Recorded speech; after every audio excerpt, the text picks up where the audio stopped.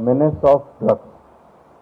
Lot of manpower has been sanctioned by the government, vehicles have been given, and you must be seeing in last few days we have been seizing lot of drugs, and many of it is going as transit from here to other states, and some of it is being consumed here also. But as a department, not only bureau, specialized bureau led by my colleague Sandeep Shandilia, other districts also are working on this. Today, we all here, we have met for mainly few issues. One of the first issue is the ragging in some of the institutions. It happens or not? Some of them are smiling, some of them are keeping quiet. I must tell all of you that it is banned. It is not permitted by the government. All of you are educated. My request to all of you is, in the net, you type the Telangana Prohibition of Ragging Act 1997, Act 26 of 97. So all of you, especially young minds, new entrants and old students, please go through it. It is easily available in net, and if you type Prohibition of Ragging Act, you will find it, and you will see that it clearly prohibits the ragging. It also provides penalty for the ragging. It is a criminal act, all of you must understand. Then it also provides dismissal of students from the institution and suspension of the student from the institution, and even abetment to ragging is prohibited. So it is a very social issue, all of us must understand, and my request to all of you is, please try to see some of the experiences of the children who were ragged in the institutions.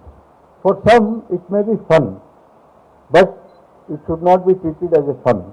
Sometimes there will be sensitive students, and you must be reading in newspaper many times, some people take extreme steps of taking away their life also. So are we here to really abet something which takes away life of some people? I have seen many students who generally stop their education when they face such kind of ragging. Some of the ragging incidents are so bad that it forces some of the students to take extreme step of even leaving the institutions. They simply go away after joining such beautiful institutions and institutions of high academics. I remember one of the incidents, and where one of the students came from abroad. He was NRI. He studied in one institution. Then 1 month he left the institution without telling anyone, not even his parents also. So then his parents, somehow because they could not contact him, they approached us, and we found that he was so upset with the ragging that he neither gone to home nor coming to the institution. So sometimes some students will be there, they will be very sensitive, and they will not be able to tolerate. But yes, sometimes when this ragging act was not there, and I tell you my experience also, all youth are there, so I must tell, our institution also ragging happened, but nobody came to know who ragged whom. All those people who called me for ragging, they all became my friends. Even now they are in touch with me. So it is again a situation where I don't say it should be done, but sometimes it leads to pleasant situations also.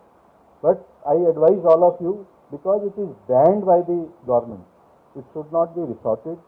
You should make friends. You should meet them. You meet them over a cup of tea. You meet them over good things. You go for movie together. You can have cup of tea together, or you can study together. You can meet some in cafeteria, lunch, dinner, or anything. But why do this unpleasant thing of ragging? And I can tell you it is not good thing. Maximum number of students are upset with this kind of ragging. The ragging word itself is wrong.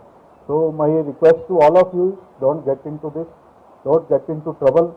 From our side, from police side, we have taken lot of steps. We are trying to conduct institution level meeting. We have formed the anti-ragging committee also, and they are working very actively. I again request all of you not to get into it and advise your friends and relations not to get into this trap of ragging. And someday police may catch you. So if you are caught, then your career will be finished. So I suggest all of you, you become the ambassadors of police. Today all of you sitting here in the hall, you become ambassadors of police and advocating that there should not be any ragging in the institution. Coming to drugs, recently we have seen some of the children, especially teenagers and their early age, they feel that having drugs is cool. I don't know, this is what we hear from many people, many youth. And then some of the movies also we see that they show as if entertainment is nothing but having drugs or alcohol. I don't know, most of you must be watching the movies. So, but I tell you one very beautiful thing. All these people who show that it is cool, they are paid for it. Is it true or not?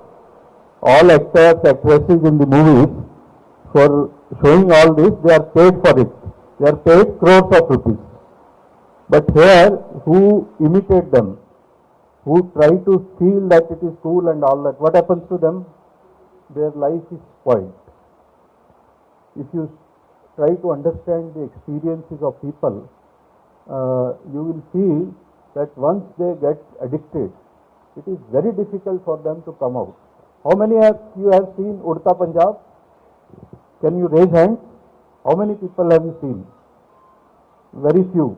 I suggest you, if you get time, watch this movie. I am not advocating watching the movie, but just for understanding that Udta Punjab is one movie which is based on some youth getting into drugs and how they spoil their life.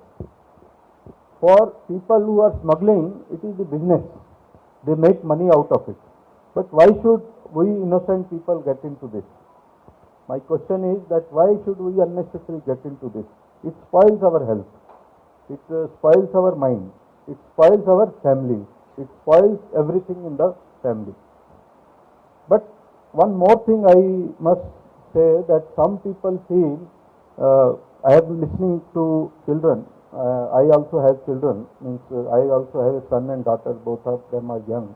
I listen from them also what is the logic other youth are giving for consuming the drugs. They say when some of the countries are permitting, why not we are permitting?